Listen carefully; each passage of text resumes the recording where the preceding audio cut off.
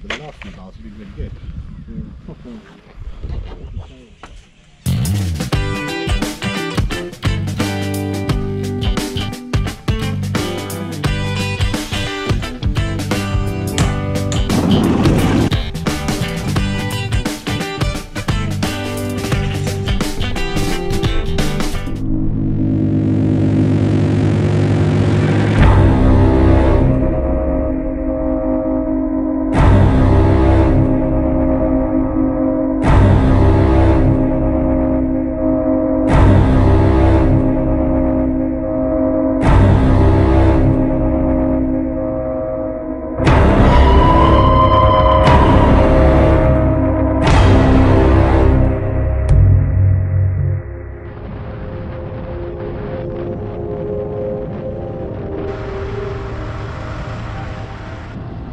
Die Cardamom Mountains.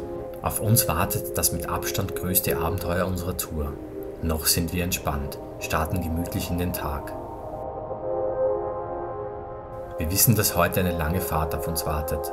Beim Frühstückscafé erfahren wir von Einheimischen, dort wo ihr hingeht, bleiben auch die großen 1200er GS im Schlamm stecken.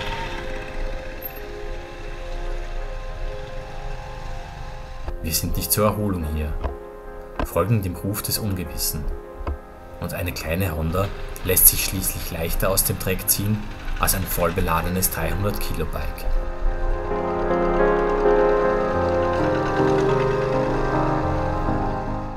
Alternative Routen gibt es ohnehin nicht. Und so starten wir Richtung Cardamom Mountains, ein Nationalpark, der für seine unwegsame Dschungellandschaft bekannt ist. Hierher verirren sich nur die Abenteurer unter den Touristen.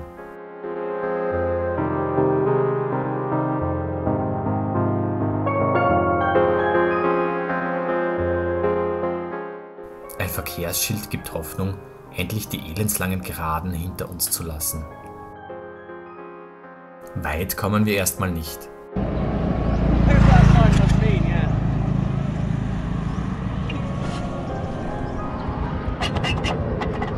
John has lost some parts of his bike.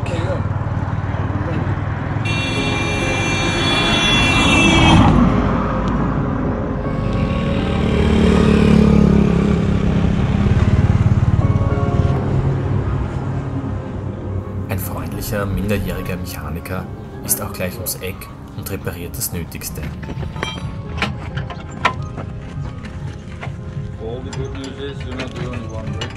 Wir setzen unsere Fahrt fort, die Sonne knallt auf unsere Helme.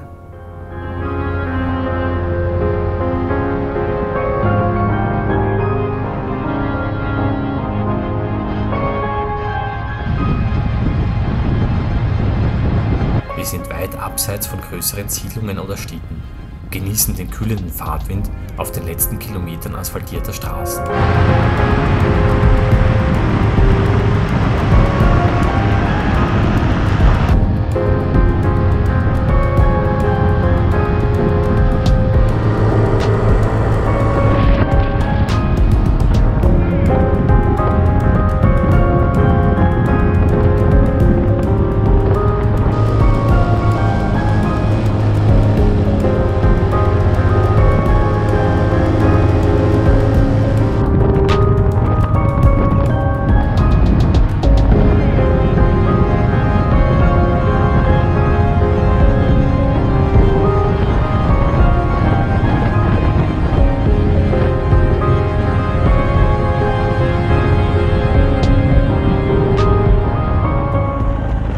Mitten in einer riesigen Bananenplantage machen wir Halt, stärken uns, bevor es endgültig Richtung Dschungeldickicht geht.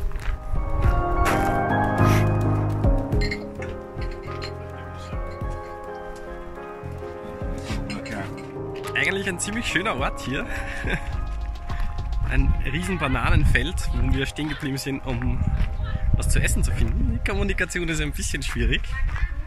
Und werden wir jetzt mal direkt in die Küche schauen. I guess everybody wants one. Ja. 6. Check. Okay. Cool, thank you. Aber die werden schon irgendwas kochen hier. We might have got food.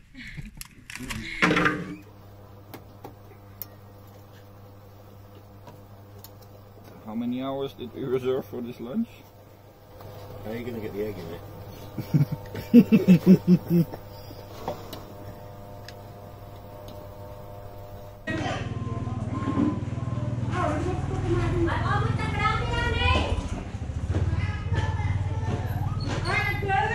Die Zeit verfliegt in der gemütlichen Bambushütte. Wenn wir heute noch im Kokon ankommen wollen, müssen wir ordentlich am Gashahn drehen.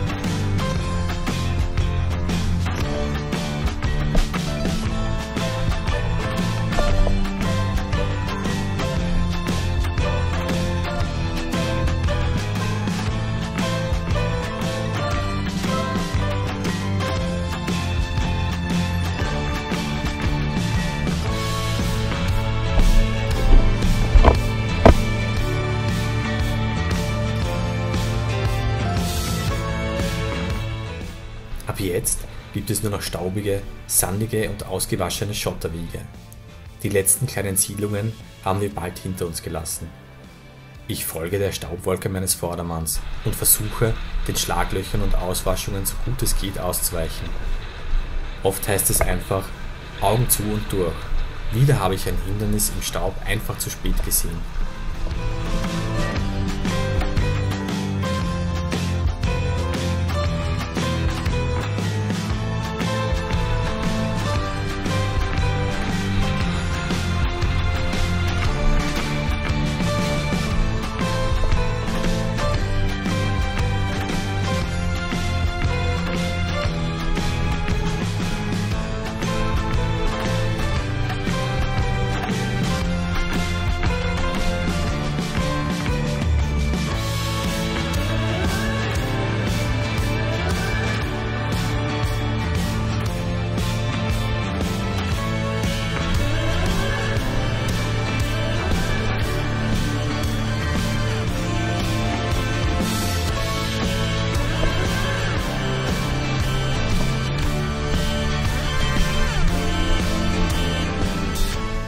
Wir fahren über abenteuerliche Brücken, treffen auf Wasserbüffel.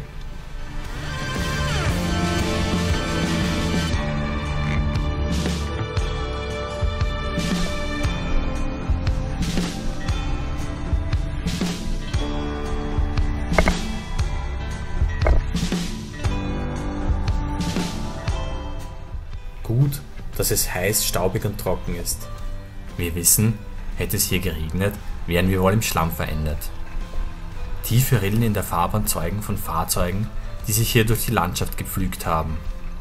Ich kann förmlich die brummenden Motoren hören. Ich sehe vor mir die schwarze Rauchwolke, die aus dem Auspuff in den Himmel steigt.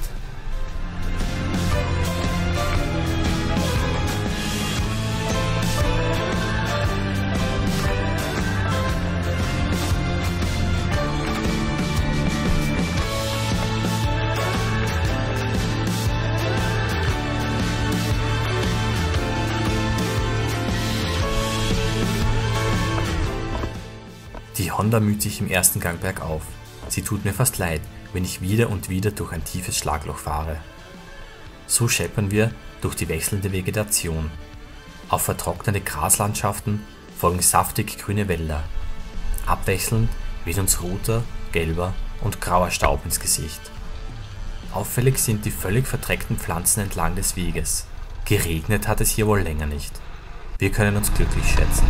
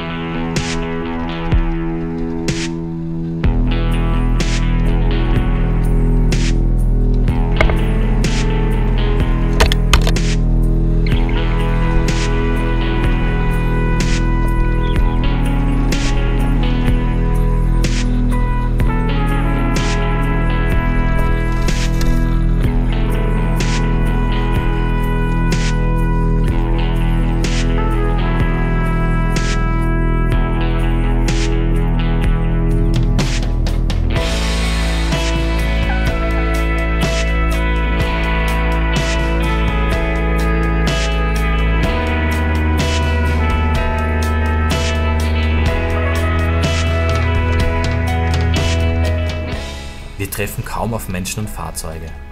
Wenn dann, sind es aber so verrückte, selbst gebastelte Geländefahrzeuge, als wären sie aus einem Mad Max-Film entsprungen.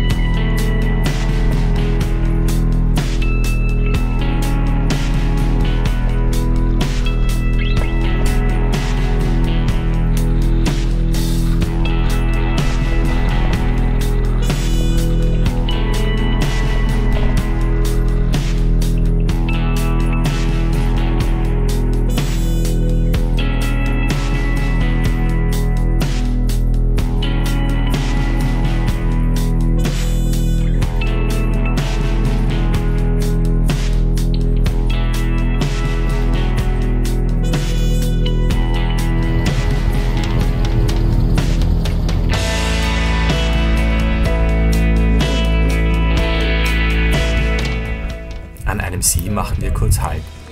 Die Wasservorräte neigen sich dem Ende zu. Dass wir erst einen kleinen Teil der Strecke geschafft haben, gibt uns zu denken. Am Wegrand will keiner von uns übernachten.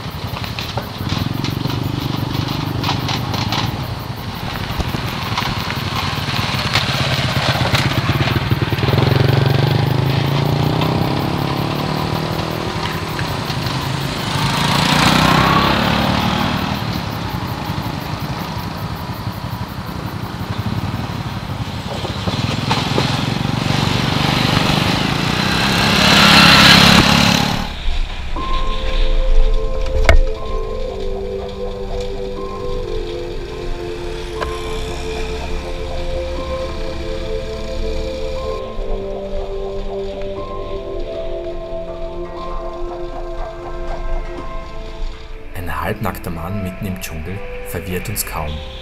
Irgendwie passt das ins Gesamtbild. Er gibt uns aber Hoffnung, bald auf eine Siedlung zu treffen. Mein Tank ist fast leer.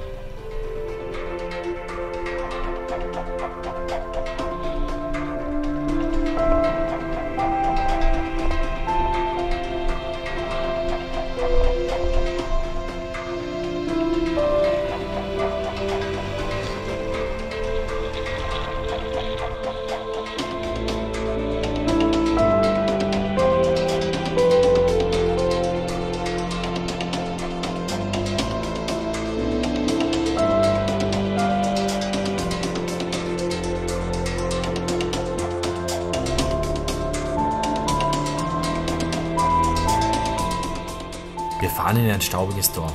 Hier gibt es sogar eine Bar. Kurz überlegen wir, einfach hier zu bleiben und den Rest der Strecke am nächsten Tag zu fahren. Aber die Motivation ist groß. Ich tanke aus Flaschen und bezahle mit großen Scheinen.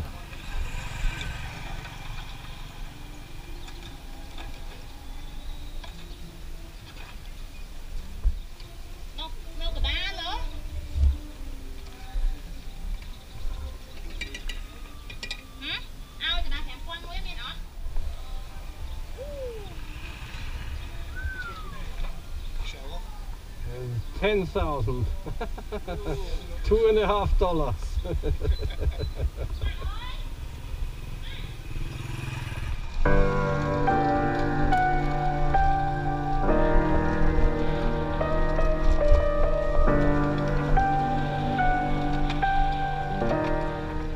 Warum wir hier nicht auf die Idee gekommen sind, Wasser zu kaufen, kann ich nicht sagen.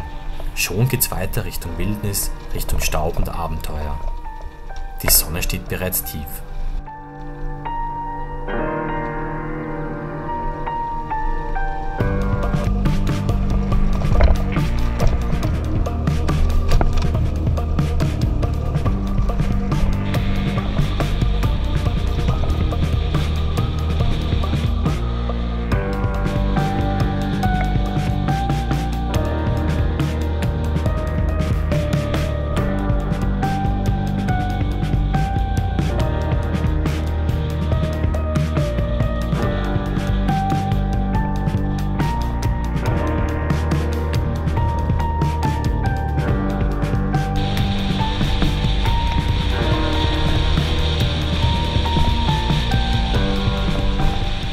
Ziel am Weg haben wir noch, eine alte Mine. Dort soll es einen Wasserfall geben. Leicht zu finden ist er nicht.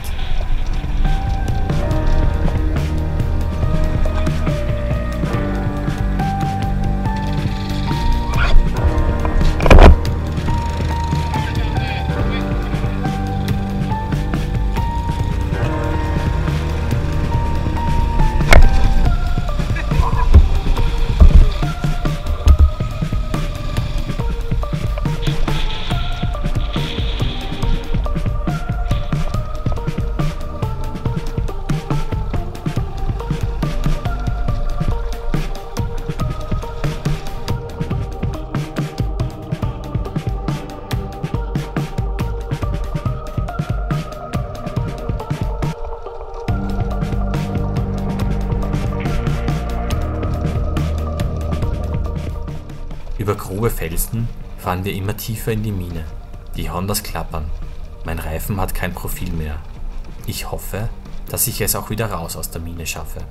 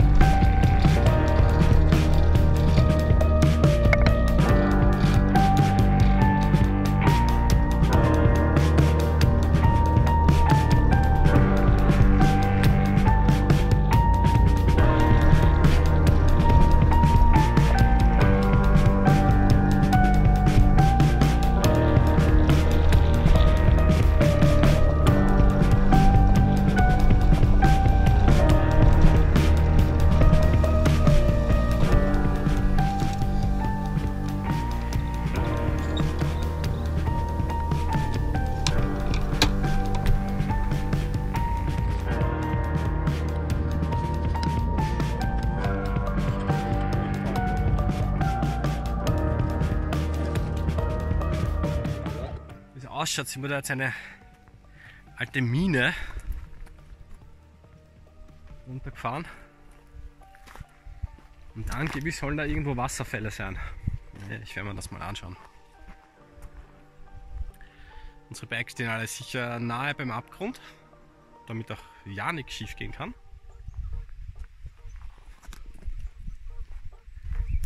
Es gibt die ein oder andere leichte Ermüdungserscheinung bei Mensch und Maschine. Ja? Ja. Das schaut nach Wasserfällchen aus.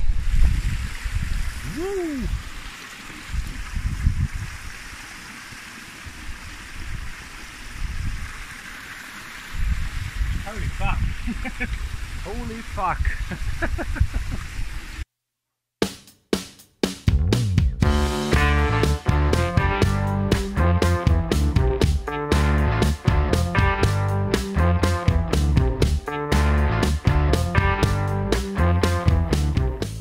Es geht weiter. Die Sonne ist fast verschwunden. Meine Jacke ist so staubig, dass sie sich nicht mehr schließen lässt. Wir fahren mit Höchstgeschwindigkeit weiter. Seit einer halben Stunde habe ich niemanden von meiner Gruppe gesehen. Ich frage mich, ob ich den falschen Weg genommen habe. Meine Tanknadel steht längst auf 0.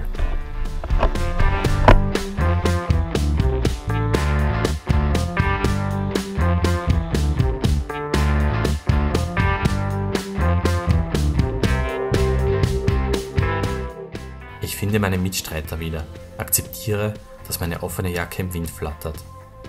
Ich starre mehr auf meine Tanknadel als auf den Weg vor mir, obwohl sie jedes Mal dasselbe anzeigt. Tank leer.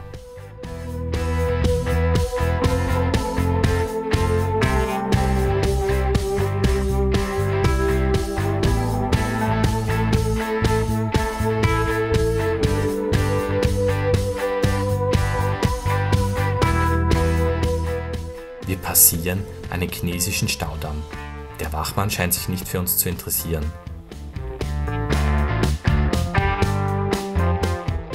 Bald fahre ich in einer Kurve einfach geradeaus und lande im Graben. Nichts ist passiert. Mir geht's gut. Der Schreck hat mich aber wieder munter gemacht. Mein Tank ist jetzt endgültig leer. Ed schiebt mich noch einige Kilometer, bis wir auf eine kambodschanische Familie treffen, denen ich etwas Benzin abkaufen kann. Es ist längst finster, als wir in Koh Kong ankommen.